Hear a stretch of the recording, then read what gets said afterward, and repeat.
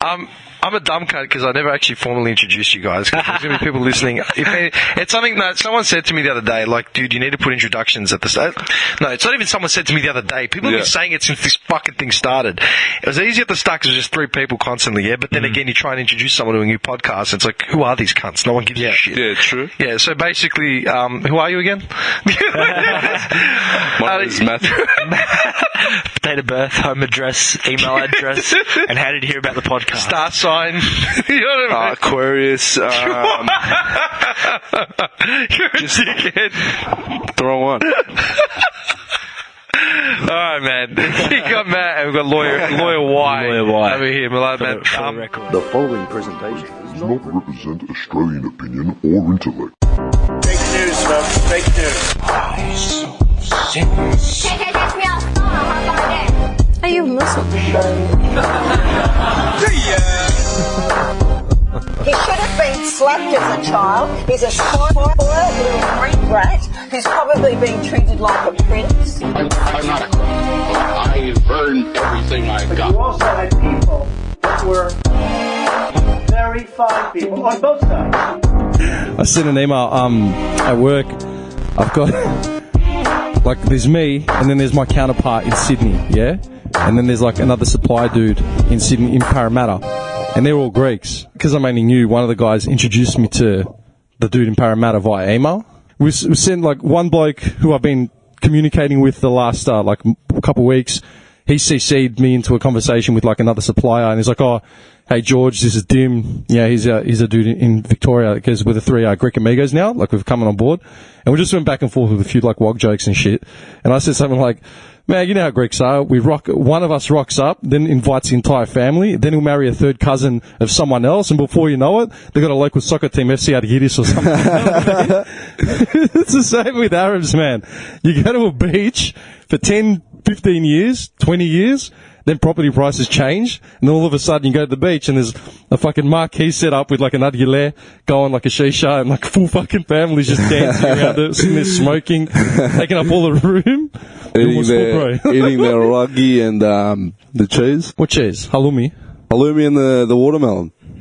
Oh, yeah. Fucking by the beach. The Cypriots eat feta and fucking watermelon. Greeks don't usually do. I think if you're on an island, you do. I think that's like an ethnic thing. Yeah. What was I saying? What do you call that cheese? The cheese that we just spoke about? Like in my language? Yeah, how would you pronounce it if you were calling it something? We would say Gupta. You would say Gupta? Yeah. Okay. Man, I dealt with an Iraqi truckie yesterday. Yeah. Yeah. I'd never met him before, right? So, look, man, I've been in logistics 15 years, man. So for sure, yeah. It's the same run. You meet the dudes. And me, they used to call me the interpreter or the translator, yeah, because I always used to dump all the fobs with me that couldn't speak English. Yeah. I was the only one with patience to actually talk to people, right? Yeah, but man, logistics 101 is be friendly with everyone that rocks up initially. Yeah. Yeah, because then you either see them on another job site and you might need them to do you a favour, like, you know, someone might be on a fork or something. Or when they come round and they know that you're on the level, yeah, they'll treat you with respect straight off the bat. They'll do things that they normally wouldn't do at other sites, and they might. But I feel like you should do that regardless in anywhere you are. Of course. I'm just saying, yeah, if you're in a building and you got the white collar heads at the top, they know how to talk to the mid-level dudes or the lower dudes. Exactly, yeah. And they don't understand why, you know, forkies or truckies will treat me with respect, but they talk shit like them. Exactly. So this dude, man, like rocks up, start talking shit, and what did he say? I think we started talking about the soccer for some reason. I can't remember why. Was he ethnic? He was. I can't remember how we got into that conversation. Yeah, you're a freak. Straight off the bat, and the obvious. And I said, "Where you from?" And he said, "Iraq." I'm like, "Oh yeah, cool." We started talking, and we were talking about he was wrecked because he got up to watch the Iraqi qualifiers. Yeah, did you watch it recently? Like 2 days ago or something. Yeah. Played, Cambodia. Yeah, you smashed them. And I was laughing like Cambodia. Like he's like, "Yeah, no, it's stupid." That was the first game that was played at home in like 7 years. 7, 8 years. So like that was a huge thing for the Iraqis. Yeah. It was more than that? Yeah, more than that. Yeah, we was talking about it for like ages, man. And then he was saying how now you're in the same group as Iran and Bahrain, I think. Yep. And like they've like they beat Iran like at home or something, like 1-0, like a massive deal, man. Yeah, and he was losing it. Yeah. And and he said he was talking about Cambodia and they were playing. I said, Cambodia? He goes, yeah, man, it was like the West Asia Cup playoff or something. Yeah. Okay, West Asia. Okay, Iraq is in Yeah. West Asia. Okay, he just rolled his shrug. Okay, that's the Middle East, man. That's West Asia shit. I've never heard of it. Yeah. Anyway. Aussies are in the same league. Yeah. They are. And that's when I started. We started talking about that sort of stuff. How Australia would play Solomon Islands and Fiji, smash them, and then go and play South Korea or Japan and get trashed. They got no idea why. Yeah.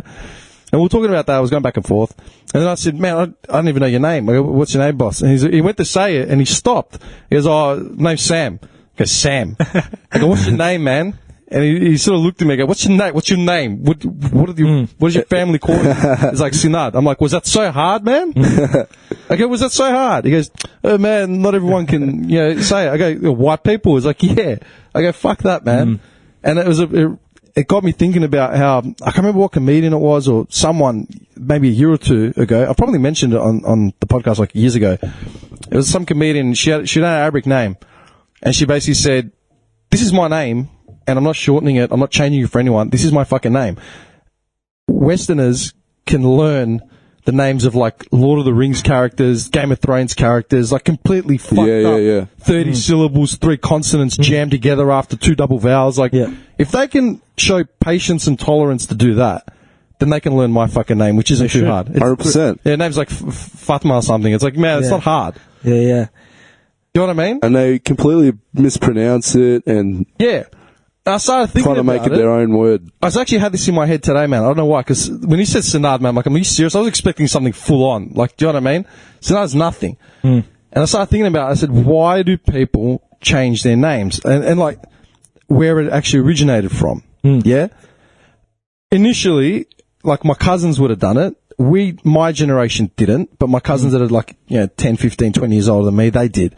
And it was initially because, so they would fit in at school, right? Yeah, so that becomes like a racial prejudice. Yeah. So to fend off, to from the east to the west. Kind of to adapt. Yeah, so to basically avoid any racial prejudice and give this kid the best chance of assimilating in an already prejudiced society, you give him a Western name. But see, sometimes you're thinking too far into it. Like, even in the legal industry, when I go to order my booze, I just say Tom. My name's Malad. It's not even that hard. Like, it's Malad. Oh, but fucking 2 syllables. Yeah. But I still, Tom. Because it's easy. It comes across. Yeah, but I've been doing that for years too. I've been going to like Boost and giving fake fucking names forever. I gave Methuselah. Dude, I gave Methuselah and no one even flinched. I've given Ken, Ryu. I've gone on tangents, as in every time I go in, I might be on a theme for like the week. Yeah. Sometimes it's the Middle East, then it's like Street Fighter names. Like it's random. They don't have a problem. Yeah. But I thought about it. If that was racial prejudice in the 70s and 80s, even say early 90s, I understand that. Fair enough. But we're in 2019. What's the excuse now? It's just, what is it? Well, look, now these days I feel like the new generation is more accepting than the previous generation. Well, it is, but at the same time it isn't. It's the memory. It's a work in progress. It's evolving. You know what I mean? I think we're at a point where we should be, like, all that changing name shit should be done for. Like, that form. Bro, in any situation like at this stage right now, I think you shouldn't. You shouldn't change your name for whatever reason. Yeah, but you say that, but still, I think there's a few things involved. Now, like, if I was to apply for a job in the legal industry, if I apply as Milad Juma, they see that, they say, oh, okay. John Smith. Okay. His family might have politicians in there. They might have ex-lawyers in there. Smart family. Do you know what your family has? Your family I know. Your family has a wall at like the Fitzroy Bowls Club. They've got a wall of like ex-presidents from dating back to like 1923. Exactly. No, I think it's a few things as well. The fear. People don't, like, they know what their families have been through, so they say, you know what? Fuck that. I'd rather just name myself something white and get over that initial judgment, that initial precursor. Because no matter how much you or I think there's no racism left, or there shouldn't be. Oh, no. It exists. It exists. Yeah. No. I'm on the team of it exists. Of course. But I'm just trying to think about the psychology of it now. As in, we've gone past that point, and I don't think racial prejudice should be at a point where we're naming our kids, we're allowing our kids, let's say our kids going forward, to go with some other fucking name. Like, I got my name from my grandfather, man. I'm proud of my name. It means something to you. You know what I mean? Why would I change it down to James or fucking Jimmy because some prick is fucking prejudiced? No, you shouldn't. That, I think, like, there's history behind that sort of shit. Yeah.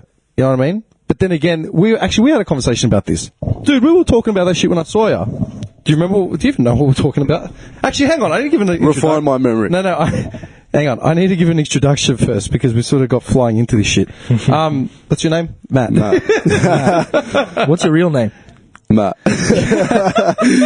Have you asked your dad why your name is Matt and not Matthias? Look, it could be just the fact that what we were talking about. You know, Dad was trying to, allow me to go into school without being provoked. Fit in. Yeah. Well, hang on a second. When did your old man get to this country?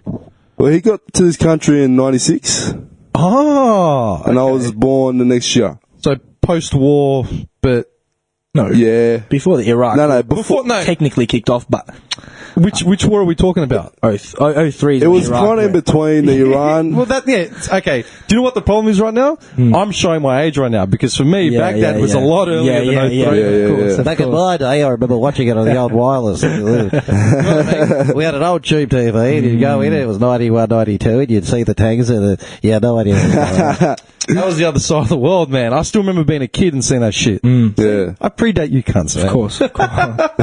No. All right, so 96, and you were born when? 97. Okay. It's a different... Yeah, see, he would have still copped it in 96, man. There was still He racism did? in 96. Oh. man. I copped racism through high school, which was after that. Yeah, Dad used to play basketball for Iraq, and so he was kind of into like that basketball theme, reffing and stuff like that. Yeah. So he came down to Australia and he started reffing just right down in DBA. Yeah. And one of the games he was reffing, he got called a terrorist. What, in 96? Nah, this was like probably 2000s. Yeah. Probably obviously. 2001, 2002. Post 9/11. Yeah. Of course he would have. I got called a terrorist, man. I'm Greek. And he fucking completely lost his shit. Yeah, I would have. You know? He's like a hard Iraqi. He's like one Every of those. Iraqi is a hard Iraqi. There are no... For real, man? Seriously. Look, I don't know about this generation, but fuck, in the past, Yeah. yeah. Okay. And yeah, like, he did face a lot of racism. Till this day, he probably does. Dude, people think I'm Arab, man. Just 'cause of Yeah. the beard. Just I 'cause of the cop beard. racism. Thick eyebrows, the beard. Yeah. Must be Arab. Dude, it's standard. Or if I'm not Arab, I'm something. You're a hipster. Yeah, but it all depends, man. Because if I got my head shaved and I've got my sleeves out, Yeah. that's what I am. If I'm wearing a suit, I look totally different. Yeah, For sure. It all depends. All right. So you're Matt, and your name Matt because you're Matt. Okay. And we've got our lawyer X. Lawyer X. Actually, yeah, you're the first legal precedent we've Lawyer ever had. Y. Yeah. Lawyer Y. Lawyer Y. Yeah, man. What? Make myself a new name. I don't want to be Lawyer X. Her name's tarnished, man. I'm not going down with her. Okay, so you're talking about her. Yeah, Okay. well, that's what you said. When I think of Lawyer oh, X, you just think. no. When I think of Lawyer X, I just think of like a movie Lawyer X. Oh, okay. Like Yeah, I'll a go with shadowy that. figure that like just comes out, which Sounds essentially is who Lawyer X is. Sounds good. Most Yeah. lawyers are. Well, you reckon all of them are like that? Oh, no. You can't blanket them all. Well, no, because you're throwing yourself under the bus. Yeah, exactly. I'll keep myself above the blanket. Okay, so anything negative you have to say about the legal industry applies to everyone but you, basically. No, there's a lot. What, more than we think? More than we know? Or it depends how much you know. Okay. It's not like I know a lot about, but look, Okay, how long have you been practicing? I'm not practicing. You're not yet. practicing, I'm a sorry. paralegal still. You're a paralegal. How Yeah, long have you yeah. been exposed to the legal industry? Probably Outside of, getting picked 3.5 up by cops. Probably 3.5 years. 3.5? 3.5. So let's say in your 3.5 years as a paralegal, what are your first impressions as far as, like, say, not even, I won't say corruption, but just say bent practice? Well, the thing is, law's there not to be anything but bent. You're supposed to use it so it suits your interests. So they're not doing anything wrong. It's just the way people perceive the legal industry is, they're dodgy. It's like, no, the law's dodgy and they're politicians who write it. But the way lawyers use it is just intellect. They just use it to suit their clients. Simple as that. In the corporate world. I understand. They fly within the boundaries of Yeah. whatever. They know that they basically know the rule book. Correct. And then they know the loopholes within the rule book to bend them as far as they can. Yeah. But that's like any industry. Correct. You know? But the legal has such a, I guess, telling outcome on people's lives or people's interests, tax or whatever it may be, that people hold them to a higher account. Yeah. Which is odd, but it comes with just like doctors. Everyone blames doctors for most things. I'm just picturing every wog like screaming at their doctor for another prescription of like some drug. Yeah. You know, they don't understand why they have to pay a referral fee to see another quack. Like, you have to pay it. Like it's just what it is. That's one thing I don't like about doctors, the fact that they can just sign anything to get your help, but then it comes with a price tag, but they can waive it just like that as well. You'd be surprised how many people are killed just by the wrong prescription. Oh, yeah. That's been prescribed, you know? Yeah, standard. Yeah. But I'm saying, like, man, I had a dentist that when about a year or two ago, I was getting a lot of dental work done, yeah? Like, my teeth were one of my teeth was just fucked, years of neglect. And I was broke. And I made, my dentist was an Iranian girl that I went back and saw. And she had heaps of fees just waived just because she knew I was struggling. And it's like, do you have insurance? No. And literally the receipt would just say insurance prices, you know? And it'd be just a matter of like that. Like literally just that. She sent me to go get x-rays done because I had to get a wisdom removed. And she wrote something on the pad. So when I got there, I said to the woman at the desk, like I did it, said to the woman at the desk, how much is it? And she's like, and then she picked up the piece of paper. She's, nothing, you can go. Wow. Just based on written word, all it took is a signature. And that's enough to say, we're charging you $380 or you're off. That's insane, that kind of leverage. Does that make sense? Am I catching this? Yeah. But do you reckon that would be common? I don't know. For someone else, if you were to go to another dentist. Or maybe if I went to Tim Smith's dentist, he'd just look at me and get the fuck out of his office. I don't know. Full fare. Yeah. There you go. Full fare. Yeah. I don't know. I think we're given... It's like psychology, man. Psychology is essentially up to in the eye of the beholder, as in a psych's analysis is really just up to him. Yeah. And it's, I mean, I've had real scientists tell me that doctors aren't doctors. Because essentially they don't have to prove anything. To do your final years and like do your thesis and all that shit, as a scientist doctor, you have to do research. Yeah, research, show probable cause, and then have it explained, and then have it backed up by other people's opinions. You know what I mean? So the science is actually there. Yeah. Whereas psych doctors, they're sort of like the poor man's doctor. It's like they don't have to do that. I think psychiatrists have to do PhDs. I think psychologists stop at the master's level. Yeah. And that goes without anything but your own. To get a job, right? To get a job as a psychologist, you have to do masters, and then psychiatrists can actually prescribe you drugs. Yeah, there's one that can give drugs, one psychiatrist. that can't. Yeah. I think they have to do PhDs backed by research, but even then it's discretionary. Yeah. Like you present with symptoms and I'll tell you, okay, here's what's wrong with you. Yeah. I have no fucking idea what's wrong with you. Your dad may have died 16 years ago, this may have gone wrong, that may have gone wrong, but I'm going to say, you know what, you're depressed. Yeah. Because that's what it sounds like. That's what the books have taught me. Yeah, I've looked a lot into that as far as mental health and stuff, and substance abuse regarding like meds like Xanax and like all that sort of shit. You know what I mean? Oxycodone, Endone, Valium. Do you know how hard it's not hard, man, to fake symptoms of like that would symptoms of mental health issues, man. They say if you look at it this way, if you want to get prescribed like a Xanny or something, you look up online like what your symptoms are, go and fake it to a quack.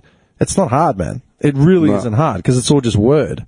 Just sell you can sell a doctor a sob story about whatever. And this has been ongoing for 3-4 years. Do you know if doctors still make money from prescription drugs? No idea. They used to. No idea. I don't know about this country. Doctors used to make commission. Yeah? Depending on the drug you sell, you make a certain commission at the teller. Yeah, of course. I doubt that would be something that is still around. Well, that's why medication was such a big thing, and the pharma industry just went into billions, if not trillions of dollars, is because, well, I'm going to make more money. Because you would think, like, how many people would fucking, use and, use and sell, or... Yeah. What do you mean? Like fucking Endone, right? Yeah. You get a pack of 20s, and can't sell them on the streets for like 200. Now there's a list, though. So if you're an opioid abuser, you go on a list, so doctors know. Once you've come up, you've been buying a lot this month, dude, you can't get more. If you go to the chemist and you buy anything under the counter, they look at your driver's license, man. They register who you are. It's not just like willy-nilly. Not anymore. Nah. I've got an auntie who's like... just hear me out.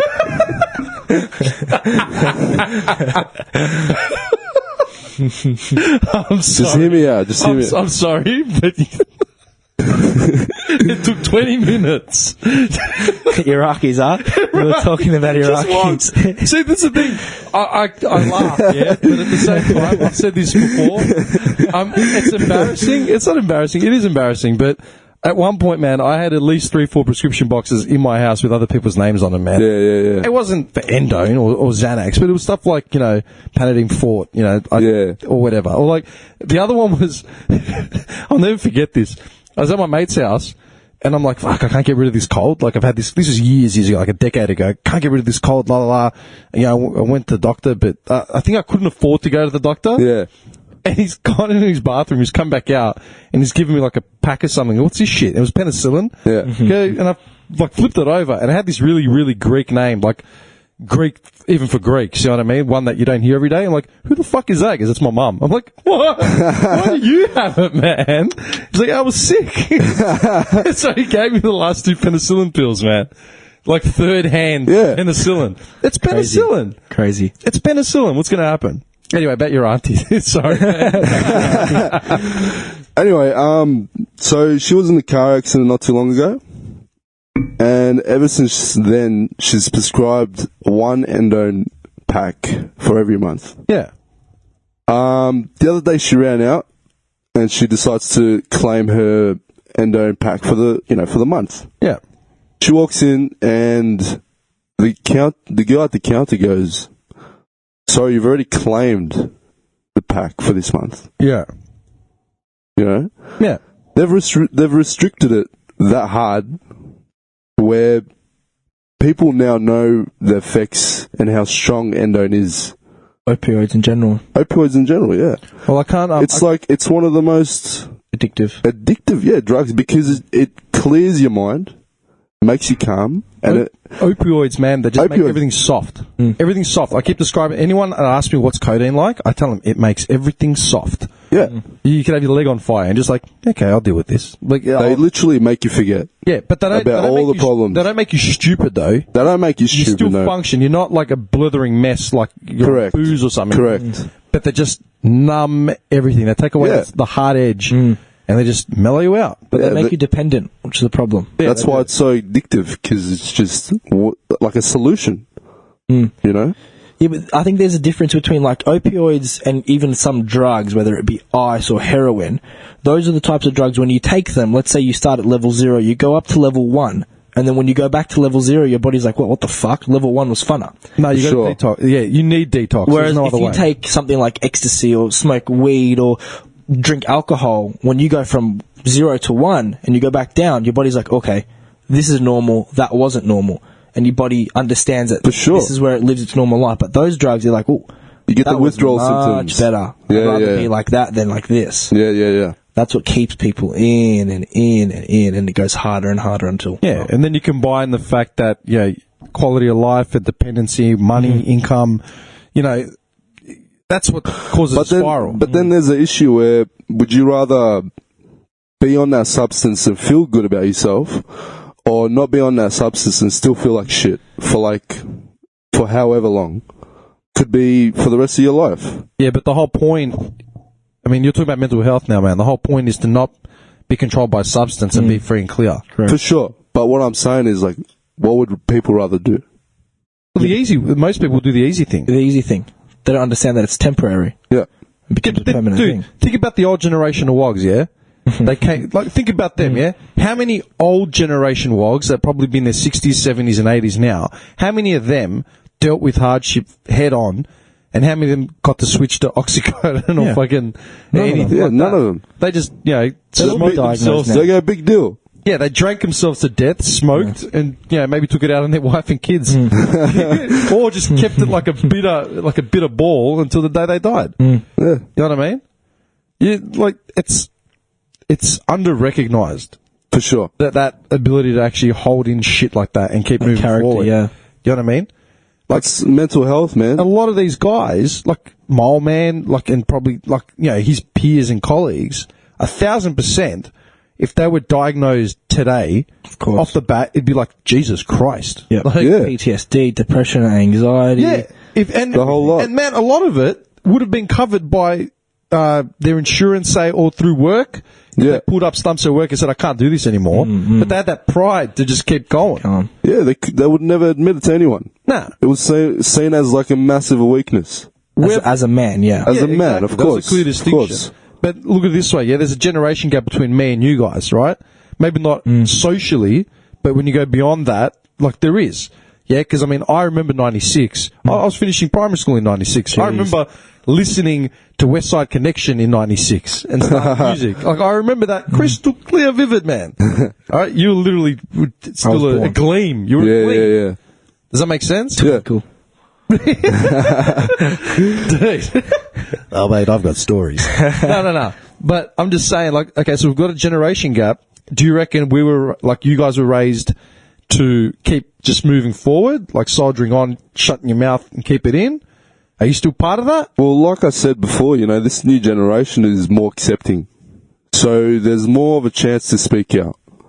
If there's an issue. In our families? No, I don't think in our Look, families. in our families, no. But outside of that, So yeah. we're with The the West. exceptions. Yeah, you're talking about the Eastern Western families, no. No. Western side families, yes. For sure. How long do you reckon it will take for Eastern families to catch up to that? At least Who a knows? generation in a Western country. Who knows? If you live in the eastern side of the world, I think you'll be stuck there for, like most of your life, unless you're in a progressive family, something very affluent, lots of money in your family that have enough money to think, maybe. But in the eastern side of the world, no. Yeah, see, you just raised a really valid point, man, and I bring this up a lot. I used to bring it up heaps when I started doing this podcast. You just said it. If you have money to think. Yeah. Literally. A lot of people are like, why can't A, B, or C get their shit together, yada, yada, yada. It's like, motherfucker, this guy works like 60 hours a week, makes $630, he's got 3 mouths to feed at home. You think he has a time to start thinking about where he's headed? No. Take time off work. Yeah.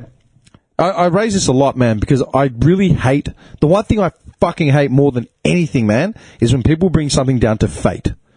Like it was fate. It was Destiny. It was your destiny. It was meant to be. Really? It was my destiny.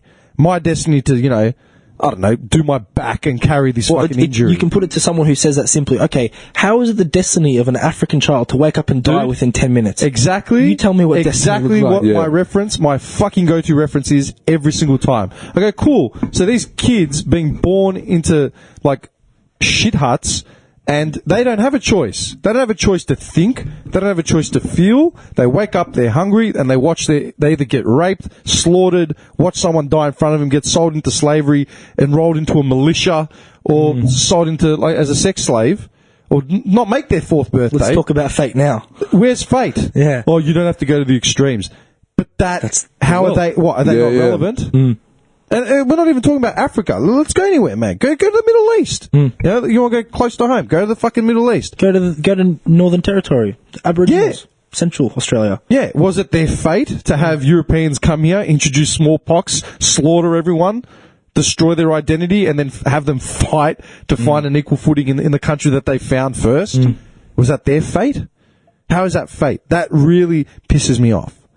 Yeah, that is my big beef, man. Like, The Secret and all that shit. Positive thinking. Positive thinking can do a lot for an individual. I agree 100%, and you need positive thinking, yeah, to keep driving you forward. But you can't use that as the common denominator as to the reason why everything fucks up around you. Like, does that make sense? Yeah. People always sell a story that suits them. That's the thing. They're like, well, I fit into that category. It must fit everyone. But that's the difference we have, is even if we weren't born in those countries overseas, we've seen our families move from them, so we understand that struggle, and it opens up your mind to think a bit more. You know what? You may know the answer, but think about the other thing. There may be another thing you haven't thought about which changes your answer. Goes a bit deeper and deeper and deeper. That's what we do. I don't want to put West against East, but Western families, it's a lot easier to just grow up, you get a job, have a good family, you live in a nice house, mortgage paid off by 40. What's to worry about? Mortgage paid off by 40. What are you joking? Man, imagine intergenerational wealth. Imagine your dad left you $1 million. Yeah, I think about that a lot. Your house is paid off. Yeah. That's crazy. Imagine that kind of head start. Yeah. Like, if I had to wake up tomorrow without a mortgage, man, it's just like, what? Yeah. How? Like, that just freed up, $1,500 out of my paycheck every month. Yeah. That's But those people end up taking drugs. Their parents have done all the hard work. Yeah, and they're bored. They sit at home, bring all their mates over, there's another ice house. People don't actually believe that.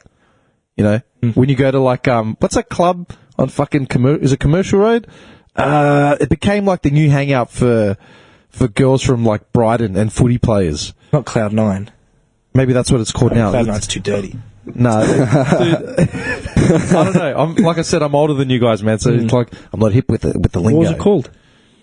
What's it called? It's the something. It starts with E maybe or F. I can't remember. It's right near Commercial Road, Malvern. I think, like up towards that way. Wouldn't know it. It's one of those Instagram clubs that you see, and there's literally just like nothing but peroxide blondes, fake lips, and like big footy players, and like swollen up dudes like with fake tans, and like short pants with their legs shaved and like ankles exposed.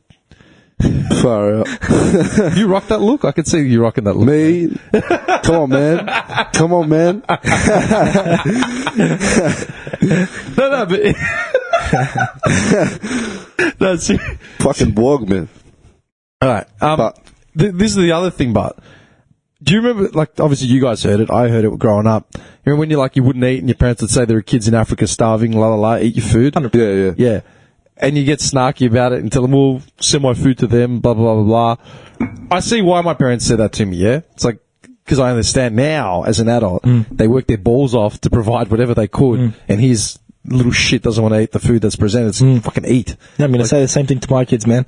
Oh, yeah. 100%. I probably wouldn't use the African analogy until they're older, though. Yeah. I'd probably just say I worked fucking hard. My mum used to say, you don't want to eat it? Sit there until we're done. You don't want to eat it? Go. You're not eating anything else. Up to you. Yeah, well, my mum... As a discipline. What did you do? Did you eat? I fucking ate it, man. I'm a hungry boy. But you know what the irony is? If you didn't eat, you probably would have got the beating on top of it as well. As well, yeah. That's the Slap funniest across part. the face, of course. It's not just like, all right, let's see how far you can take it. It's, test me. Just in case anyone's listening who's going to go to my mum never touched me, never hit me, she never beat me. Anything I say here is falsification. Yeah, no, I got smacked. You got smacked? Big time, man. And they're going to be knocking on your door. Did we get belted? Huh? Did we get belted? Yeah, belted? Of course. Yeah. The buckle, man. The buckle was the worst. I got, I didn't get belted. My dad, man. The old lady would use the mocko. The mocko? Yeah, the mocko with the rubber bottom, the moccasins, man, your slippers. Oh, yeah. That rubber bottom had that elastic sort of, like, you stretch, get that, that like that back. That whip. Yeah, it was like a whip, man. That's what I copped. I copped that, and I'd get, like, random shit thrown at me if I was, like, fetal position in the corner of my room. But I had to fuck up, like, major. Like, the wooden spoon? Really? What about the wooden spoon? Wooden spoon, yeah. And then they blame the hole in the wall on you. Yeah. Look what you made me do. Of course. Man. Nah.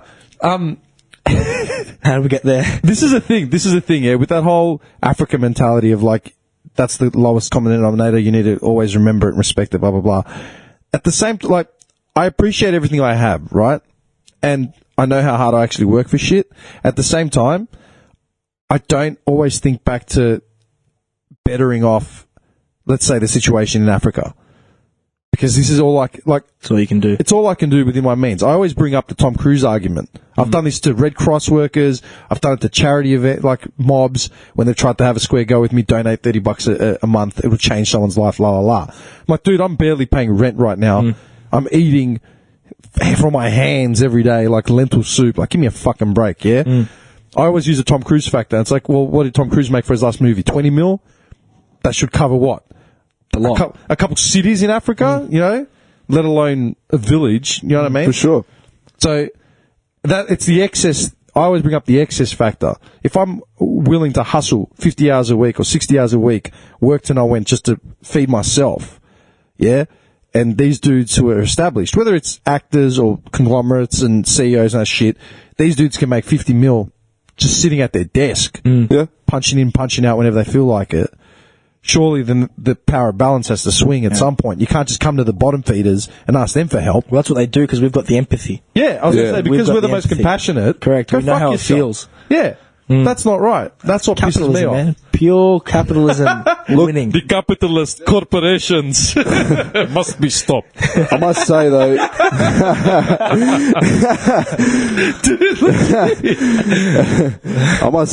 there are some people, some billionaires who do make a difference. Mostly either Bill Gates, dude, is one of. Bill Gates is a pure philanthropist now. He doesn't do anything else. Nothing else. He donates squillions. And there's what was that other cunt's name? But was it Buffett? Was it Warren Buffett? Warren Buffett. Was it him? Someone came out and said, "You don't need $50 billion to survive a year." He goes, "I have $50 billion and I know I don't need it. Yeah. That's why I'm giving away 87% of my fortune." It was someone. I can't remember who it was. I'd have to look it up. I think most of them donate half of their wealth. Who's most? From What celebrities? no, most billionaires, man. From what I've heard. What? Yeah. Probably not. Africa would be lit up. Have bigger cities than us. I was going to say, what are you talking about, man? Be a lot of I was watching a little documentary Yeah. from it's on Netflix. It's called Explained. It's called Splain. Explained. Oh, Explain. Okay. And then there was one about billionaires. Just a general... Just about billionaires. I don't know. Hang on. What about the sheiks? Are they donating squillions to philanthropy? I've got no idea. This is something I have no idea. No. Maybe to the US. The Saudis.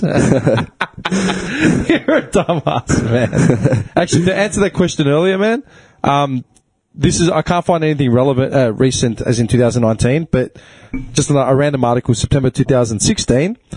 Doctors paid $39,000 a year by drug companies whose medicine they prescribe. Some senior doctors are earning up to $39K in drug payments a year, just consultancy fees, and prescribing meds. There you go. So they shared $8.5 million in payments in 6 months between 2015 and April 2016. That's recent. Imagine back in the day, 1960s, 1970s, when there's no regulations. I remember, I may have not been back in my father's generation, but I remember distinctly watching an advertisement of a fucking doctor saying, "Benson Hedges, they're the choice for me." Oh, yeah. Yeah. Doctors. Yeah. Oh, mate. But when did... Do you know what that reminds me of? That reminds me of, actually, you wouldn't know, what's his name? There's a comedian, what's his fucking name? He used to be one of the prime conservative, he's a conservative comedian now. Dennis Miller. That's his name. Now, I don't want to get off on a rant here, but America's attitude about smoking has become more hostile than a militia member at a tax audit. These days, even the Philip Morris employee cafeteria has a no-smoking section. If you walked into a restaurant and loudly demanded that they serve you a char-broiled live puppy, you'd probably cause less of an outcry than you would by simply sitting down and lighting up a smoke. When I say smoke, I'm talking mostly about cigarettes, although I guess with the increasing popularity of cigars, we have to include them in tonight's discussion. For years, cigars concerned only half of the population, but their usage is growing more prevalent with the fairer sex. For women, smoking cigars is like going to Chippendales. You're basically saying, "Look, guys, we can be just as big a bunch of assholes as you can." And, I hate to burst your bubbles, ladies, but you can't. Now,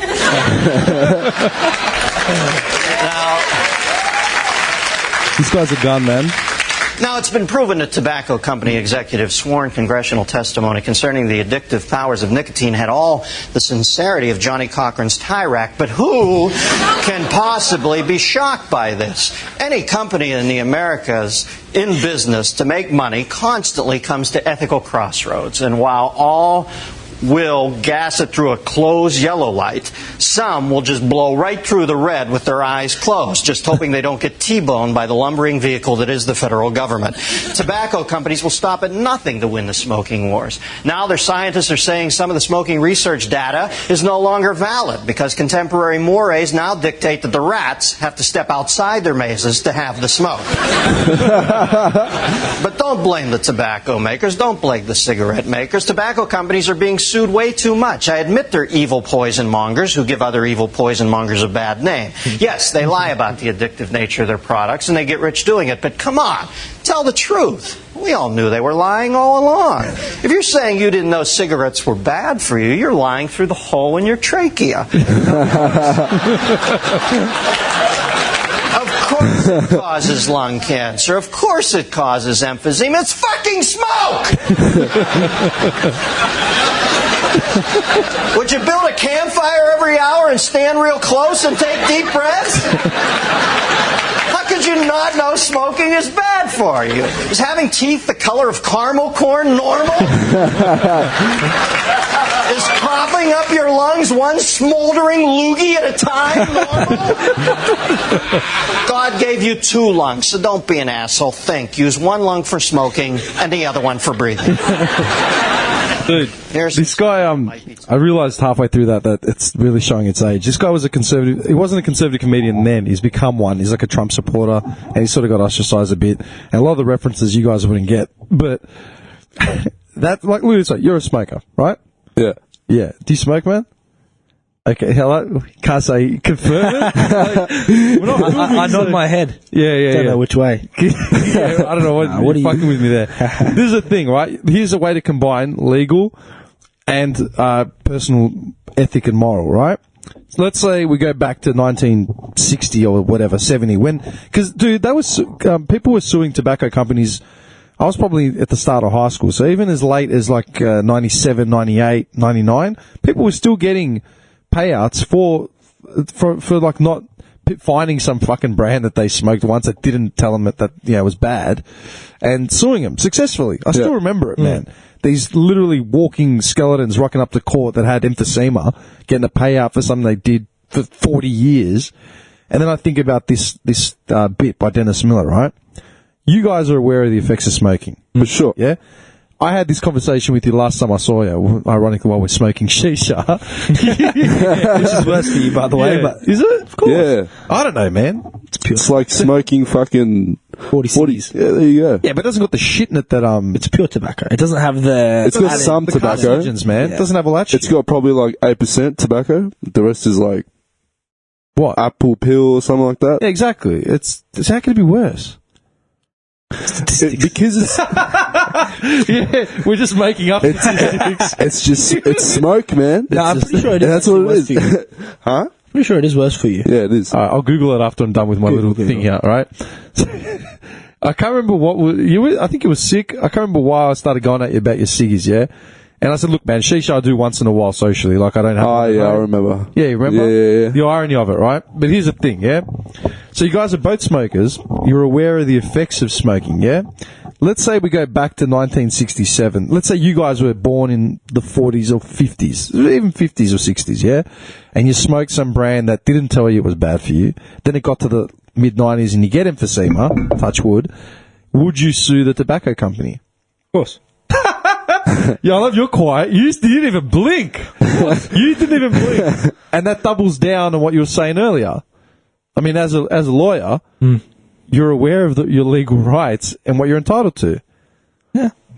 You were fully aware that smoking... Yeah, but I think a company, no matter if they're selling you something that's good or bad for you, you should be able to make a conscious decision about it. And at that time, if I was smart enough to know that smoking was bad for me, I'd be probably starting the class action, my own law firm, and getting everyone along and making all their money. Because you can't, like, even though we're dumb, people are stupid in ways, yeah? But they're being smart about it, because they're going for that person that doesn't think and actually believes them, because they say, oh, you know what? That was on TV. It must be true. Okay. They're the people they're trying to hit. Because they know people who, like, just right now, you go buy a packet of cigarettes. How much are they, Matt? For a pouch of 20 grams. 20 grams? I bought one today for $38. Hang on. Wait a second. You know what's the funniest? I worked with this guy for what, like 2-3 weeks? If that? Yeah. Yeah, like nothing, man. I swear to God, at least, if I saw him 5 days a week, at least 3 of those days, the price of his pouch would come up. Like at least 3 of those 5. Standard. What you spent on smokes was like a standard conversation piece between you and other smokers. For sure. Yeah? 100%. Like that was link.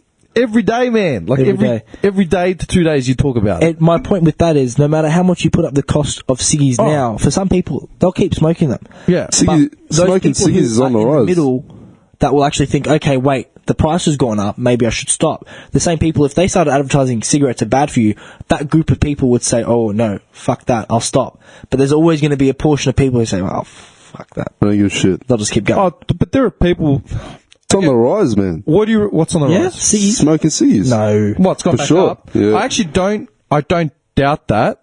Without looking it up, I don't doubt that because of the rise of mental health. Mental health issues across thing. For sure. Dude, I've repeated this 100 times, man. You'll never lose money in sex, drugs, alcohol, or gambling. Never. You know, never. When I used to work within the racing industry, man, and that equine flu was coming in, this is going back a bit, I was panicking for my job because our biggest contract was horse racing, right? And a guy I worked with who was like he's a junkie, yeah. I actually run into him a bit now. He's clean, but he was a junkie at one point. Even like I was starting to panic, and he heard me and he goes, "Mate," he goes, "Nothing's going to kill the horse racing industry." I go, "What are you serious?" I'm thinking he's just flapping off at his mouth, yeah. And then he goes, "D," goes, "The fucking war didn't kill the horse racing industry. The Second War didn't kill the horse racing industry. The Great Depression didn't kill the horse racing industry. You think some flu coming in from Europe is going to kill the horse racing industry? No. What are you, nuts?" And that's when he said it. He goes, "You're never going to lose money on gambling, sex, drugs, or alcohol. Because when you're happy, you celebrate. How? Getting a hooker and some booze and drugs. And putting some money down. When you're depressed, how do you fucking get over it? Same thing. It's those sweet spots. I'm a complete fucking idiot because I've known this concept, should have invested years ago in something where you'd make money out of it. And that's why I'm saying I reckon you're right. Actually, I'll look it up. But, I mean, how long have you guys been smoking? Seriously. So I was 14. 14? 14. You? Yeah, unfortunately, same, man. Probably when I started picking it up was 14. How'd you get into it? Standard. Used to watch Dad smoke and be like, that's cool. Really? No, Yeah. different. And then, Really? yeah, and I was in City Experience and I had a mate smoking at the time. Yep. And I was like, bro, can you chuck us one? Hang on. And it started from there. Hang on. Would you look at your old man and think it was cool for anything else at that age? I never did. Like, I can honestly say I'd look at my old man. Coolest thing about my old man was the fact that he was a butcher, yes, and he knew how to handle knives, and he could just fucking, like, fillet anything up That in was 2 not, seconds. nah, look, See, dude, the coolest thing my old man ever did as a kid was me watching him in his garage, and he'd have his grinder out, and he'd be sitting there just sharpening the the knives. blades. Oh, really? Dude, I gave him a little fucking pocket knife, man. It was a tiny little, like, Swiss Army knife, man. It was tiny, like one blade and one nail file, yeah? I said, can you sharpen this up for me? I was probably in my early teens. Gives it back to me, man. You could shave with it, like, it was brutal. I'm like, what are you doing, man? This is just like a little penknife for your son, and he's cut fucking... a piece of paper. Dude, we're talking samurai sort of shit. You know what I mean? That was one of the coolest things I ever saw him do. That and handling firearms. He knew his way around firearms, like rifles, cleaning them, fucking locking and loading them, like all that shit. That was really cool. But can you name a single thing your old man did when you were a child that you would have said, hey, that's really cool, other than smoking? It was mainly just the basketball. Actually, yeah, that's true. Because everything else for him was just work. Like, I used to work with my old man back when he used to have his own cleaning company. Yeah. You know, we'd go with him, work during the day, come back home, and just chill. He would just chill. So there was nothing more to it. It was just until, like, he introduced us to basketball, told us about, you know, his history with basketball. You know, he used to play for the national team in Iraq. Really? Yeah. That's actually pretty cool. That was fucking like, whoa. You know, Dad's a celebrity. Kinda. Is he a celebrity? If he goes back now, Yeah. he'll have like a lot of connections. Okay. If you Google him, will his name come up? Nah. Oh, that's It's like it's an Iraqi thing. page. You made it when you got Wikipedia. Yeah, oh, dude, once you get Wikipedia up, it's He, over. like, he was on newspapers and all kinds of things. Yeah. Another cool thing was he was actually a uni teacher. Okay. I used to teach at uni, which was just physical education. Yeah, and then he came down here through that. Like, he wanted to become a physical education teacher down here as well. Yeah. But he didn't like the system, the way they teach here. What do you mean? He didn't like the fact that kids here are kind of... Everything's standardized. No, they're not disciplined enough. Like, back then, everyone would listen to the teacher. That's why. Yeah, we talked about this a couple of years ago. teaching in any other country in the world, teaching in any Eastern country is considered a really respectable form of profession. Yeah. It's like it's up there with doctor, priest. It's there. Lawyer, engineer. Yeah, here it's just teachers a fuckwit. I think you need like a 60 ATAR, which is about par. A what? 60 ATAR, or your enter score when you finish year 12 needs to be about par, which is about 60. 60? The way it's scaled now. Yeah. Oh, yeah, well, then, forget it. Ridiculous. But the thing is, teaching, like, I don't want to be disrespectful, but you're teaching from a curriculum. Yeah, It's always teaching for a curriculum. If you go to a private school, they go outside the scope of the curriculum and teach them above and beyond it. But you go to a public school in Australia now. Yeah, the amount of teachers I went to a private school. I had a teacher that would just copy from a textbook. There you go. And be like, copy this down. Teachers in general, I don't think that argument's safe anymore for private and public schools, man. I think they're both fucked. Oh, no, I don't agree. I think some private schools will teach you how to think. Some, yeah. Now, our public schools, some. Oh, our public schools are fucked. I can guarantee you that. They want you to become a sheep.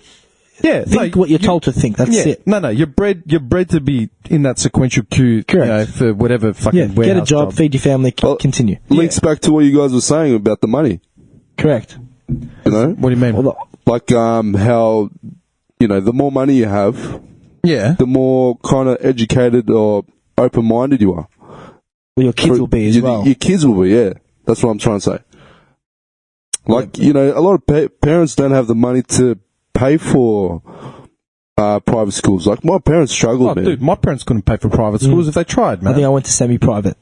But even that, that was $5-6 grand a year. Yeah. And even that, my parents still to this day remind me. Paid good money for you to go to a semi-private. Sure, man. There's kids going down. What's that? What's the one just on the water near in the city? The Richmond Scotch. Scotch College. 25 a year. Scotch and 25K. St Kevin's. St Kevin's. Yeah. 25 a year. 25K. Back. At least. But those kids, such a wog. just because of the school they go to, they'll get a higher enter score. And instantly they'll get into a better degree or diploma. Dude, if you've got St. Kevin's, on your resume as opposed to... No, it's not just that. The school you go to will actually have an effect, a direct effect to your score, your enter score. Because how good your cohort does impacts how well you do. Yeah. It's not an individualized system. It's a cohort system. It's fucked. Dude, I don't know. I'm pleading ignorance here. I got no idea. Kids who go to John Monash, 70% of them end up at Monash. Okay. You know what I mean? So let's say us three were in a classroom. Oh my God, can you imagine that? You're ranked one. You actually have to rank your kids from who you think is going to do the best to the last in the whole cohort, all of English. Okay, we're talking about like a teacher. Well, yeah, if it's English, it's the whole cohort, 250 kids. Yeah. You rank them from 1 to 250, and they almost go that way into their scores, depending on how well they do in their final exam. Yeah. But if your number one person does shit, then he'll pull everyone down because they can't obviously be there for your school's testing through the year. So if your number one person does shit, they're like, well, maybe their testing or their grading system at school is easy, so we'll pull them down. But those Scotch College, Melbourne High, when you've got the cream of the crop, those kids all pull each other together.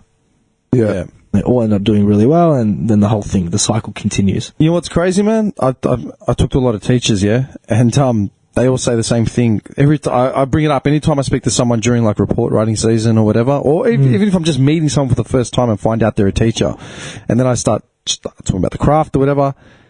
I ask them about report writing, and they all lose it. They're just fucking. I'm like, what's wrong? Like, I know what's happening, and they're like, they can't write anything negative in their reports. Like, as in a kid, is a piece of shit. Can it be constructive? Nah. Barely. Constructive. It can only be positive reinforcement. It cannot be negative in any sense. That's crazy. Dude, that is literally from prep up. You cannot give negative. I think that's wrong. No I negativity. Think you need that feedback. And even constructive criticism is too much. You have to have a positive spin on everything. Yeah, we're too politically correct now, Damien. Yeah. Everything's too politically correct. Do you reckon that's in private schools as well? I think it's even worse in private schools. Yeah. Your parent, if I know if my parents were paying 20 grand, they're like, why aren't my kids' marks really high? You tell me, teacher. Well, I'm not your fucking parent. I'm not your child. They're doing the test, not me. Well, you fucking teach them harder. Yeah. Everything falls back on no one in this world now. We've all been taught to blame someone else. Yeah, that's a real thing. You know, everyone will blame someone else for their own problems. So if you've got someone to deflect it to, they'll deflect it to them, especially if they pay more. Yeah, we sort of see.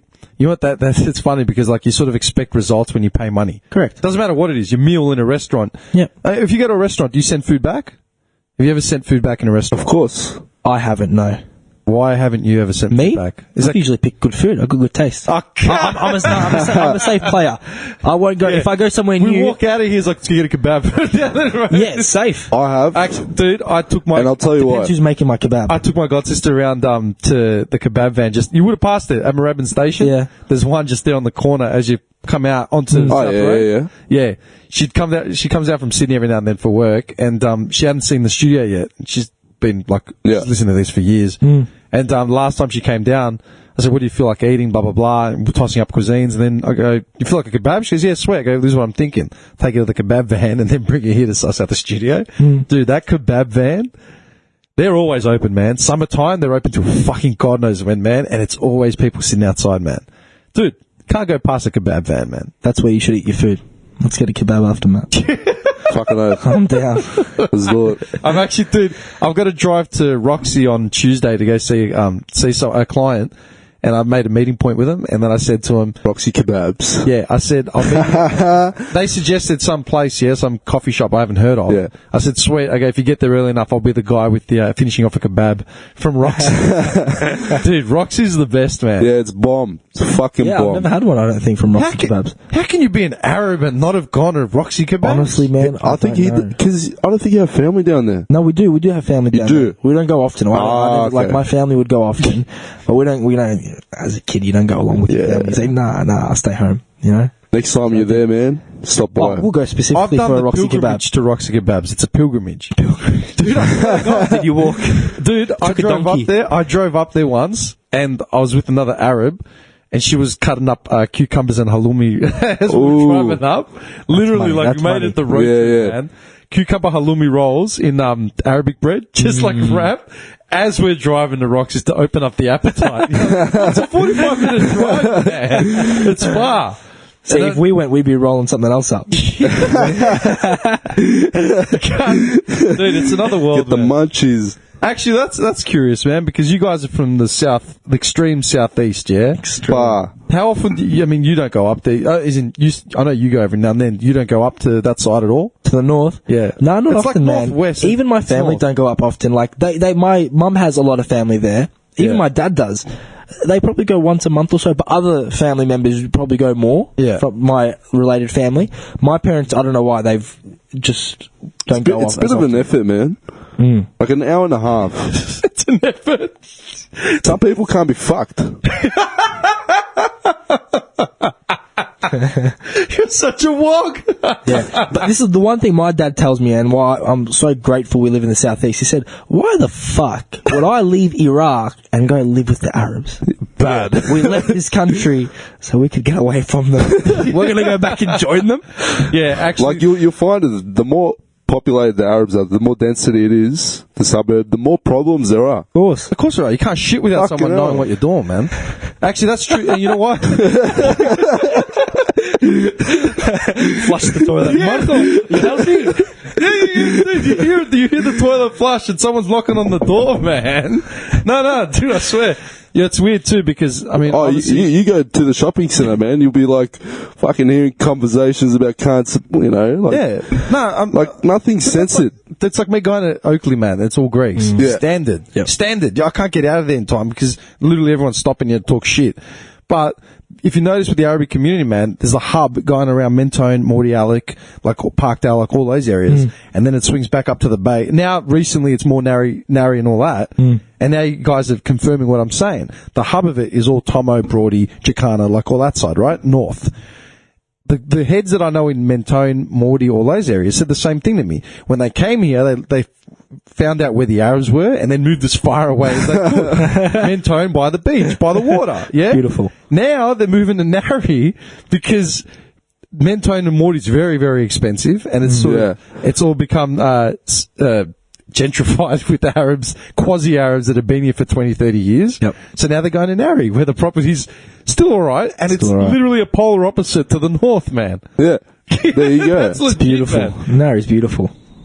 Yeah, Narre's the place to be. It's too far for me, man. I can't. It's just, it's... Maybe it's because, like, we grew up around that area. Yeah, you got your lives around there. I don't.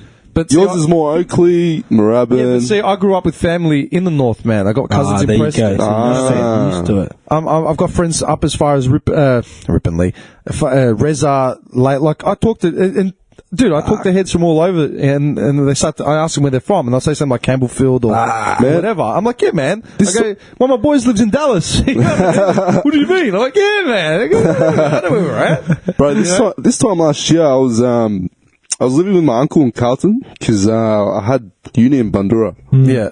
So Bundoора's close to like Roxy, Craigieburn. Bundoора's north and then a bit over. Bro, I hated my life. For that 1 year, I fucking hated my life. That's it. Why? Because I had a couple of mates around there. Yeah. And there was literally nothing to do. Either around the city. No. I'll drive down around to the north. The north. Bundoora is north, man. Like it's not Craigieburn. It's further across. It's towards Mill Park. It's past Mill Park and Laylaw. Yeah. It's further over. Yeah. So if you go all the way up and you've got like Craigieburn at the top of Broady and all that shit, and you go further east across that side, that's where Bundoora is. Yeah. There's nothing there, man. The uni there, it's just, dude, it's burnt out road, like fields around it, man. That's near Mill Park, yeah? Yeah. Yeah, I've worked there before. You go to Mill Park and then just keep going up. Yeah. You were place there? scares me, man. I was there, man. Fuck, I couldn't handle it. For me, the big thing is the water.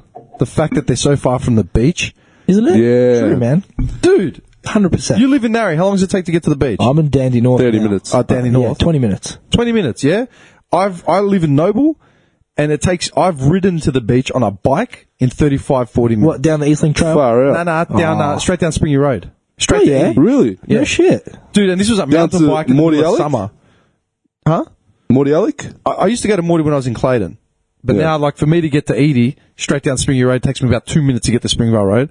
Crazy. If I drive, I can get there in 15 minutes, like, legit. Yeah, Like, easy. Nothing. Yeah, it's close house. But I can ride my bike there, man. I haven't done it on a road bike yet. That's what I'm actually waiting for, and summer when I get fitter. I've recently Yeah. bought a road bike. Yeah, We'll go I for a love cruise. it. Yeah, done. You're down in North, man. I'll be in your house. Dude, I've ridden a mountain bike from my house to Endeavour Hills, just past Noble, so basically all the 10, way 15, down. yeah. And that's taken me, like, whatever, like nothing. Like, it's doable. For sure. On a road bike, it'd be a lot easier.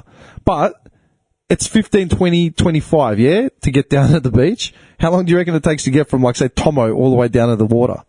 And the closest water... The closest is St Kilda. Dude, St Kilda or even further out around the bay. Like, Yeah. And what kind of water is that, man? Altona. Syringes? Fucking disgusting. Yeah, Altona. Just a suburb in itself. Yeah. Altona. You just laugh. But that's all oil slicks and junkies. You know what I mean? They're only starting to rip up all the housing along Williamstown now, in the last 5 years. But that's oil slick water, man. That's not the beach. The beach is Edie, Morty. Yeah. Like, that's the coast where it's actual families. Yeah. You know what I mean? Can you imagine that in the middle of summer, like waking up and it's like, all right, we're going to take the kids to the beach. And then you think about it. Fuck me dead. Like, load the car up with shit, deal with the little bastards, throw them in the car, then you get in the car and just drive. How long? How far, Dad? Like, just shut up. You're just driving in the sun. Then you get to Edithvale, no parking, because of course there's not going to be any parking. Of course, no. So you've already, by this point, you've been in the car for about an hour and 20 minutes, man. You have to deal with everyone's nagging and all the shit. You're sweating, you're hot. No parking. You're doing laps for about an hour. No. By this point, dude, if you left at midday, and you got there at 1:30, that's a good run. And you're looking for parking for another hour. That's 2:30. You haven't eaten, you're sweating balls, your car's over. You're just about to crack it. And that's when you see the dudes pull up to the side of the road, and you just hear, it's not even words. The mother gets out.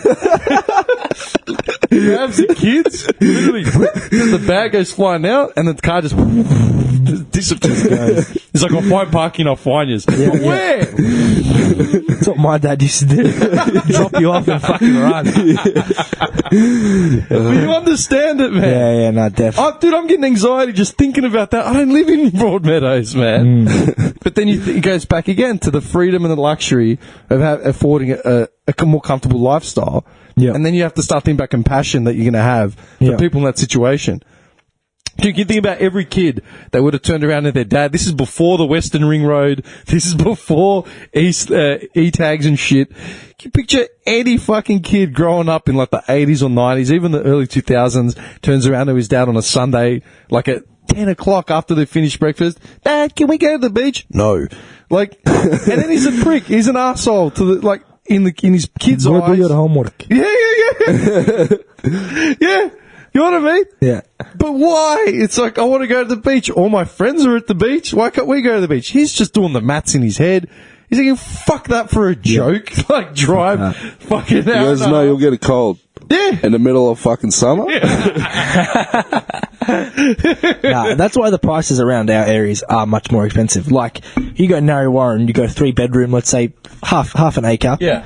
You'll pay, what, 550, 600 at least? That's cheap, though. That's cheap. That's cheap. That's You very go cheap. Broadmeadows, you're 15 minutes. Dude, a double-story, 2-bedroom townhouse in Noble Park will cost you $550. Yeah. There you go. And you're at least 45 minutes away from the city, at least. From Narre? On a good run. No, from Noble. Let's say that house. Oh, no, from Noble... Nah, you can get to the city in 25 minutes, man. 20. Put traffic in there. Traffic? It's another story. Daily. Traffic, Monash Mosh Pit is... Oh, Monash is you fucked. throw it out the window. Yeah. You catch a train, though, it'll take you 25, 30 minutes. If the trains are working. Then look, man. All They're right? going all right. I catch it every day as well. I was looking at jobs in the city, man, and everyone's big argument was, oh, if the trains are working. Dude, the trains aren't working once you're not wrong. Like, I walk to Yarraman Station, catch a train. I get from door to door in about an hour if the trains don't fuck with me.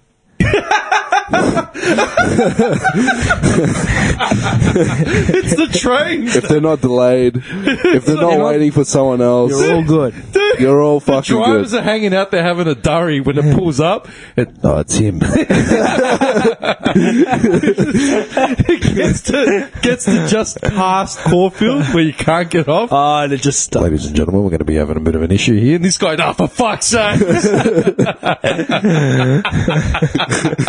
Dude, Yarraman isn't far from me, man. No, we're close. You can't say 40 minutes, an hour from there door to door. That's pretty good, man. Door to door, an hour. Look, I was doing door to door from Noble, and it was taking me less than that, man. But, Laddie, how long have you been catching a train? Long time. Oh, like recently, a couple months.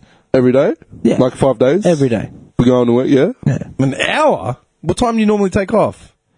I catch a 7:47 from Yarraman. I walk there. Yeah, see, that's your problem, man. Catch the 10 past 8. You'll probably get there in 20 minutes. Why? Dude, are they express trains? Yeah, just as much.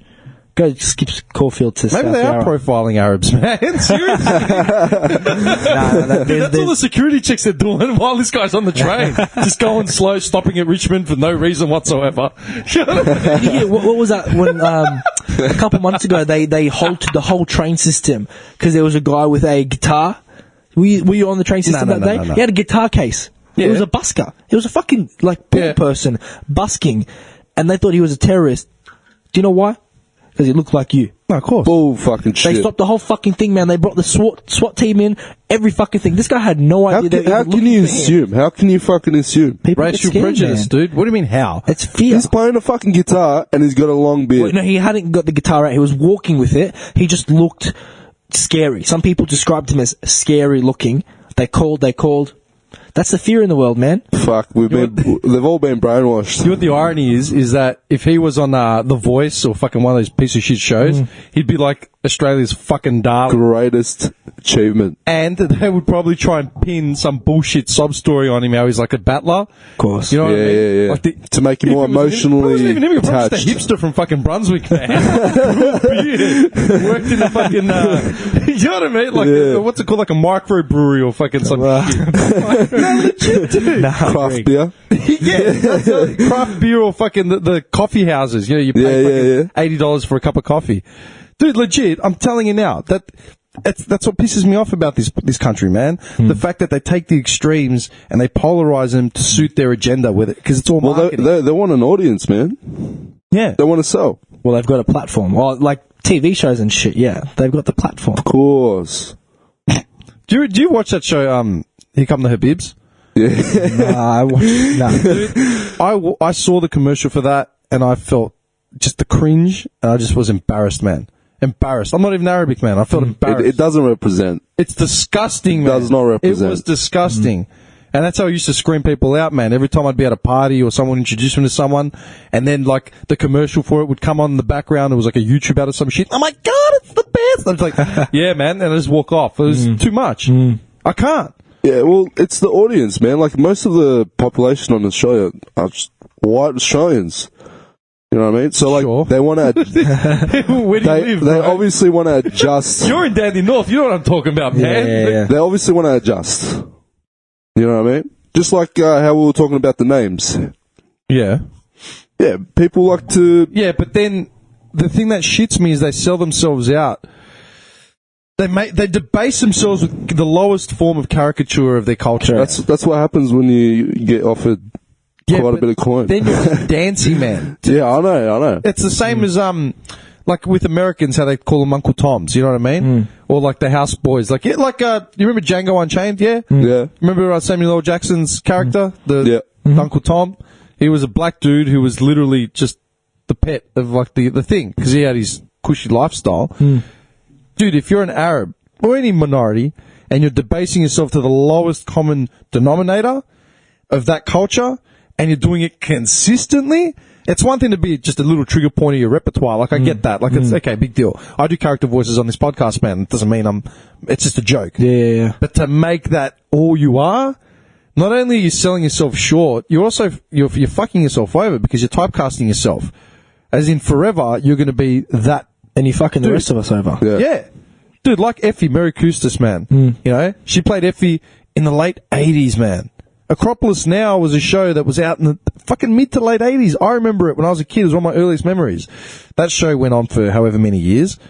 Then, there was the Wog Boy, and then there was all the other shows and shit like that. And then you had all the other dudes coming back with whatever. Fat Pizza. Yeah. That was representative of the Lebos and the Arabs in the Sydney. You know what I mean? That was essentially, Fat Pizza was essentially Acropolis Now 2.0. Yeah. Like Sydney spec Lebos, right? As opposed to Melbourne spec Greeks. No, legit, dude. No, you're right. You know? But Mary Custis played that fucking character. She's been playing it for fucking 30, 40 years, man. And that's all she's ever done. No one has ever known any other character. You know what I mean? For me, she might be a really talented actor. She might be a really talented whatever. I've only ever seen Effie. And for me, it's insulting. Yeah. Dude, move on. For sure. You know what I mean? But these are the racial stereotypes that, like you said, they're what sort of fucking, they sell. Yeah. It's not even this, it's a cheap win, man. It's a cheap gag. Yeah. And they don't want to invest. This is a big thing, man. Investing, I always say that, it's been a big argument, conversation piece on this podcast as far as Australian media not investing in independent shit, in whatever outside of the norm, right? I mean, the last guy we had on, it was a home and away actor. Yeah. Yeah? And he spoke about it. Can I ask you a question? No. No. He asked the questions. Fuck you. Why did you even ask me? That was a question. Just listen, man. Fuck. You may speak. So Yellow, you're a Greek, yeah? No. The big fake Greek wedding. Do you reckon that represents the Greek culture? 100%. Are you for real, man? No, in your Really? perspective, yeah? Like, does it fill out all the criteria? Does Here Come the Habibs fill out all the criteria? Good response. Sorry, man. No, great. I'm just asking you a question, bro. I'm asking you a question. You answer me. Dude. Yeah, of course. Stereotype sell, man. That's a Simple as stereotype. that. That's a stereotype. But stereotypes generally exist because they're true to an extent. You know what? Here's a I have to stereotype. say that. Here's a stereotype, okay? Arabic kids are pushed by their parents to achieve high marks in school and get a formal education, yeah? Generally true. Generally true. Asians are bad drivers. Generally true. Again, an Eastern minority whose parents push them to get a higher education. You know? Yeah. No, legit. Yeah? Dude, you have an Arabic background. Yeah? What are your qualifications as far as schooling? Advanced diploma, mechanical engineering, and an associate's degree. Okay. And now a bachelor. You're doing a bachelor's in engineering. In engineering. Okay, and Mr. Lawyer Y here. So, I've done law with honours and economics with distinction. Okay, so these are two stereotypes that ring true. Yeah. This is the truth. This is the other thing, though, yeah? That stereotype that I just described, who's aware of that stereotype? I don't know. Other Arabs. Yeah. Do you think Westerners are aware of that stereotype? No. No. You know what stereotype does exist? Fucking, here come the Habibs. Yep. Every dude, every Arabic guy is a hoonhead or a drug dealer or is a terrorist or is a bouncer at a club. But I'm aware of that stereotype because all my Arabic friends, most of them have fucking higher education. Yeah. Legit. I'm aware of that stereotype, but most people aren't. That's the whole point. So stereotypes, there are stereotypes that remain within the community, and then there are stereotypes that are appropriated and then expanded on for the progression of something else, something greater. Do you think they could make a show about Arabs with higher educations? They've done that. Not in this country, though. So, like, why do you think the Big Fat Greek Wedding sold? Why was it so popular? Because it literally appealed to the lowest common denominator, the people that go to the fucking movies. The people of that denominator will spend money. That's the thing. Who are those people? Bored people at home. No, but I'm talking Generally about looking for a buzz. what kind? Are they Greeks or are they different ethnicities? Westerners. But how come they wouldn't like the traditional, like, instead of the stereotypical? Because a theater will not, a production company will not invest money to appeal to, you know, fucking 20 million Greeks and then potentially tap into maybe a couple thousand, as opposed to making a broadly entertaining film with cheap gags and shit I like agree, that. for sure. And then appeal to a broad audience. That movie fucking sold out everywhere, man. Everywhere. It wasn't just Greeks that watched it. Everyone watched it. Because everyone except me. Yeah. I refuse to do it. So you've never seen it? I've seen scenes. Because people will be like, you need to see this, you need to see that. And I'd watch it. I'm like, how is that fucking funny, man? Yeah. Like, seriously.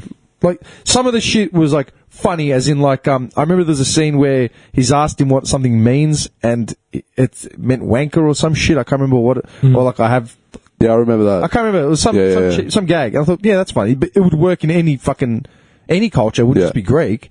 That's a generic joke. Yeah. Make a joke about another language and then fill in the gap and then just have it repeat, and there's your joke. You can do it in Arabic, you can do it in Swahili. For sure. It doesn't matter. Yep. Then there's a joke about the fucking Windex, the old man in the Windex.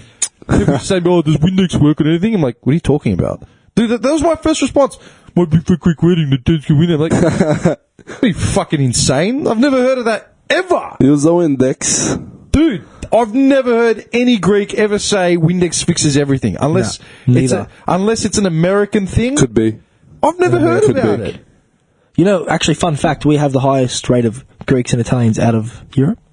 Yeah. Dude, it's... Yeah, of course we do. Dude, I always have this argument with Greeks in Oakley, like fob Greeks, when they start saying to me that they want to head back because there aren't enough Greeks here or some shit, they're not around the culture enough, and I laugh. I go, dude, you're going to head back to less Greeks? What do you mean? I go, it's all Syrians. And I'd say, where do you come from? And one of them was specifically from Patra, yeah? Yeah. It's a coastal city on the east.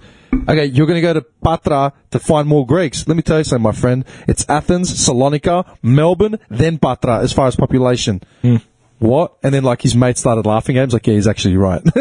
Yeah. Head down. Like, you're a dumb cunt. For sure. You're a dumb cunt. That's the beautiful part about Melbourne. Like, we have the best pizza in the world. How fucked is that? Yeah, it's, they did like a, what do you call it? That's how, I love it. That's why we're lucky, because we're the best pizza in the world. No, I swear to God. Who's God? Yeah. Oh, that we serious. Hang on. They were like these high class. Hang on. There was these high class judges that went around the world. Melbourne's amazing. We should have won the best city in the world again, or the most livable again. Didn't we get it this year? Nah, Vienna. Vienna's won it the last 3 years. We've come second. You guys have been around, you know, like around the world. Saying, man? Where have you seen me? That wasn't me. No. You guys, It wasn't me, bro. No, what do you mean? Oh, we've travelled. you guys have, yeah, exactly. Yeah, we have. Cultured. I get pho most nights at Springbok. It's actually, if you were cultured, you know it's pho. Yeah, not it's pho. It's pho. It's pho. Yeah, So why would you pronounce it pho if you know it's pronounced pho? Because the name on the shop said pho. What was it? How is it? It's PHO. It's pho. Yeah, I know, but why did he call it halloumi and not fucking what's No, it called? Jibna, when he said, what did you say? Rubda? How do you say Gupta. cheese? That's just cheese. That's not halloumi cheese. That's just cheese in general, he said. Oh, okay, I didn't know that. Well, that's why I asked the question. You're lying. You're saying about the... You're fucking lying. That specific one we call Gupta Dalkosh. Oh, really? Yeah. Cool.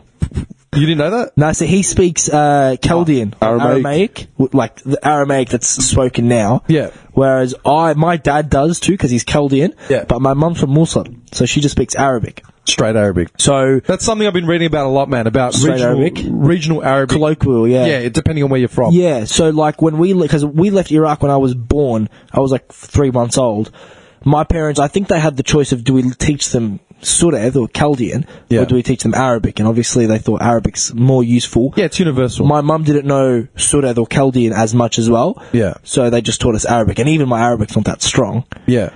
But a lot of the Chaldean words. See, I brought this up when I saw him the last time, man. We were talking about, I had a guy on here a couple of weeks ago. Well, it was longer than that. It was probably over a month. More than that. What am I talking about? I forgot to set the time, man. Seriously. We were talking about the Middle East, and he said, what other culture, what other ethnicity in the world has the privilege of having 15 nation states? Like, you know, established nation states, recognized. And that Iraqi, I said the same thing to the Iraqi yesterday, the truckie. He said, it's actually more, it's 22. I'm like, really? He goes, yeah. There are no other nation, no other ethnic, like, identity that shares that amount, like, you know, to have 15 or 22 established nation states across a thing. Yeah. And I've said this to Arabic friends of mine. I go, I can't imagine what it would be like to actually be able to speak a language, outside of English, obviously, where I can communicate with millions of people. Different walks of life, different everything. Because, I mean, you compare Chippos to Lebos to, you know, fucking Sudanese or whatever. Yeah. They can all speak Arabic. Everyone speaks Arabic. Different dialect. Yeah. To me, that's amazing. You know what I mean? It's like when I go traveling and I speak in English and I can communicate with people. You know what I mean? But to be able to talk intimately with people from, like I said, everywhere, that's insane. Yeah. Absolutely insane to me. I had a friend who learnt, her father was Turkish, her mother was Iranian. She learned how to speak English because her father would only speak to her in English. She learned how to speak Farsi because her mother would only speak to her in Farsi. Oh, wow. And she learned Turkish because her parents would speak to each other in Turkish. Wow. That's crazy. Yeah. Languages straight away. Yeah. Man. Something about being bilingual is that your perception of time changes. What do you mean? Like with languages, right? If you were to say you were to start the start time, the stopwatch, whatever. The stopwatch. If you started a stopwatch. Yeah, there you go. I've seen this guy's face. Just watching it. I'm losing it. I'm losing. If you've got a stopwatch, right? Yeah, I'm following. You start it, and then you tell me when you started, obviously. Uh-huh. And I have to guess. A minute. There you go. So, if you're bilingual, like this is research they've done, some studies. Is this just phantom facts? No, yeah, this is legit. We can back this up with stats. Yeah, I was going to say, should I Google this? I'm going to bust you on some shit that you have no idea what you're talking about. Yeah, hear me out. Go for it. Yeah. No, go. I trust you. No, I trust you. Like, I'm not going to debunk your shit yet. They say you're more rational. Yeah. You're more rational? I debunked him on this exact topic when I last saw him. You let me finish? Pardon, monsieur. Go. You would probably guess that 1 minute more accurately than someone who only speaks one language. Why is that? It's just the way it works. Yeah, but for some why? reason. How does time have anything to do with language? They did a study where they got like people who were bilingual and people who weren't. How big was the sample size? That I don't know. Did you see my tweet? I put my tweet up the other day, yesterday. You didn't see it? I'll find it. Read it. What did it say? Hang on. Has anyone out there ever met anyone who partook in a survey that went on to become a national statistic? Okay. That's legit. You see, like your study, yeah? Yeah. Bilingual people. We're all bilingual. Yeah. We were never reached out to. How do you get to be part of that group? All these focus groups that they build national stats. This is my follow-up, yeah? Seriously. Every time it's a mob of 40,000, this is what I wrote, man, so forgive me. It's a mob of 40,000 people in focus groups answering questions about pubic hair that set government policy. I'll give a thread to meet a single confirmed surveyee. Right? That's legit. Like, these surveys can often go on and establish policies, man. Yeah. Policies, whether they're government policies, whether they're corporate policies. Yeah. It's the survey. Survey says. Survey says. Yeah, survey says. Ding, ding, ding, ding. And then they use that to base, okay, well, 80% said they feel uncomfortable, so from now on, toilet doors all the way to the floor, and they're all unisex. Or whatever. I'm just saying. Yeah. Where do we get the stats from? 80% of all stats are wrong. 80% of all stats are wrong. Which that 80% that I just said could be wrong. Yeah, so there's a study in economics where... Okay, so that was the fake stat, now this is the real stat. No, well, this is a study we did in one of my subjects in economics. Engineering versus law. No, economics. How do you make a statistic or a measurement of something accurate? And you can't. The answer is, as you said, you can't. You can never know if something's going to be correct. But what you can do, and this is, as you know, like you can measure the confidence in something. So we can be 95% confident that this statistic is correct based on X sample size. Yeah. So you can always measure things on a basis of confidence. But people walk around and say, oh, I know this is a fact. We only know something's a fact until it gets debunked, and then it's like, oh, look, we got a fucking new fact. And just more and more and more. But there were things that were facts 100 years ago that no longer are. Yeah. But that's normal. That's society. That's the progression of society. That's just what you expect. You learn less. How we evolve. Exactly. That's why you should always be open to learning. Yeah. Yeah. Always. But who's open to learning? I am. What percentage People of people who aren't stubborn. We are. Yeah, we we represent 3 people in the city of... It's a big sample size, man. Yeah, dude. We represent the minority. The progressive minority. No, but honestly, think about that number right there, right?